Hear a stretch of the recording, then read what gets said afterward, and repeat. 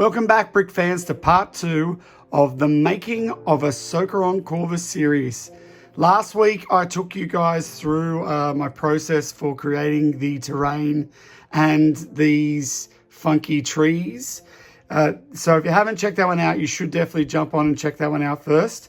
But this week, I'm actually going to be going through the wall and how I created these angled pieces, and also the upper Ralph McQuarrie inspired roof right here.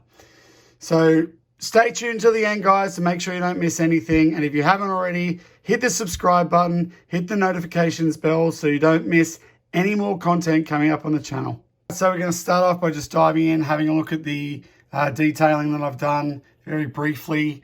I've tried to sort of get a fair bit of textural quality while still keeping it relatively smooth as per the reference.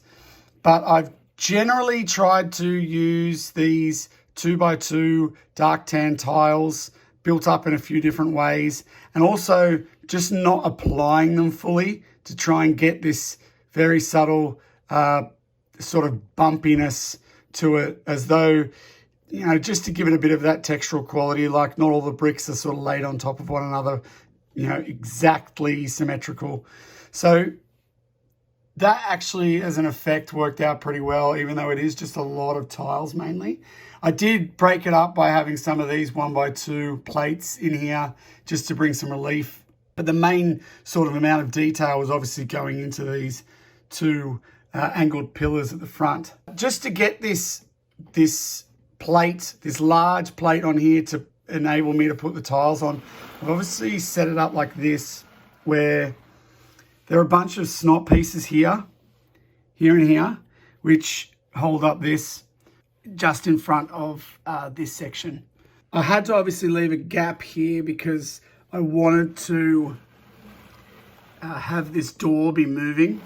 So you can actually see here, it's very, very basic, but this door does slide open. And that's because I built it in with the cavity.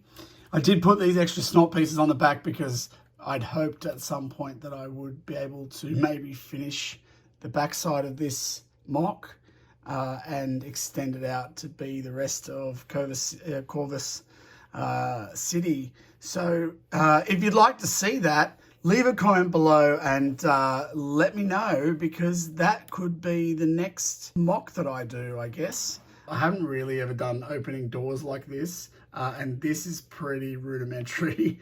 I've since learned a few better ways to actually do doors that will slide. But basically what I did was I lined this with a whole bunch of tiles, and then I also did the same on the bottom, just so that it could sort of slide nicely. It got a decent enough effect for what I needed it for from the front. So, and I mean, it wasn't obviously a major part of the mock contest that I was trying to do. I just kind of was playing around, decided to do it. But by opening up these doors, actually, you do see a little bit more of that sort of terrain in here that just added to the cityscape and would obviously continue this way. So let's move on to these pillars. They were quite difficult to sort of get right and get that angle exactly as I wanted, but they actually are only held there by a single hinge piece. And then what I did was I had it on such an angle that then I could use these angular bricks running up the whole edge to sit, you know, exactly on it. And also at the top, I've got a couple of wedges just to fill in that space. Worked pretty well. And then throughout, I just sort of tried to break it up by having a whole bunch of different kind of bricks, or these cool rail bricks. I like to call them rail plates, I guess. They add some really nice detail. I can use them in different ways as well. Mixed in with a few of these sort of as though the stone has chipped away and has revealed some of this inner grey bits here.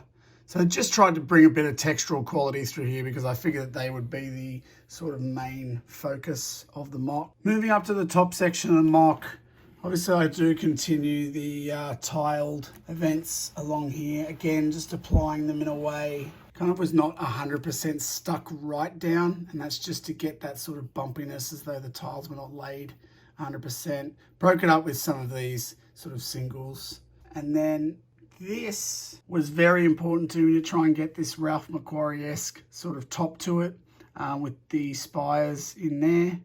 Mainly dark brown. Again, love to use that dark brown to sort of mirror the ground terrain here that we had in there, those colors. So that was really important to me to sort of try and get that in there. It's got some reddish brown in there as well, as you can see. Now what I actually did in here was pretty difficult because I had the to create this sort of dongle. Now what I basically did with that is it is a single axle that runs through the middle, and I've literally just put them on either end and then had some of these kind of the sort of plate bubbles on the end. But that worked out pretty well and gave it a sort of nice symmetrical feel to it and broke it up with the different browns through there.